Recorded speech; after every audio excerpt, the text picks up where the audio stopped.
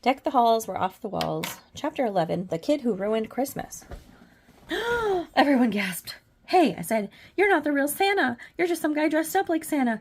Santa mumbled. The fake guy stood up and looked really familiar to me. I knew I had seen him somewhere before, so I picked up the Santa hat off his head, and you'll never believe, in 1,000,000 years, what was under there. Nothing.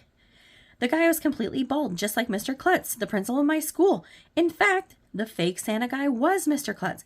Mr. Klutz, I shouted, what are you doing here? Earning a little extra money over the holidays, he replied.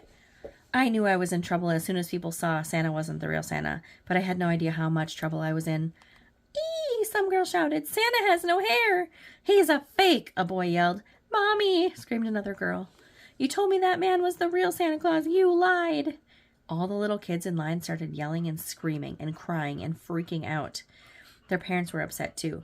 We've been waiting in line for an hour, Lady shouted, and now this. It's that kid's fault, one dad yelled, pointing his finger at me. He ruined Christmas for my son. He ruined Christmas for everybody. I thought I was going to die. Mr. Klutz looked scared. He got up and quickly put a sign on his seat that said Santa had gone to feed his reindeer. He'd be back soon.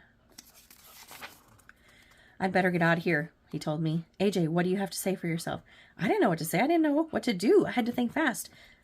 Peace on earth, goodwill to men, I said. Get him, somebody shouted. Get that kid who ruined Christmas. Bummer in the winter. There was only one thing I could do. Run.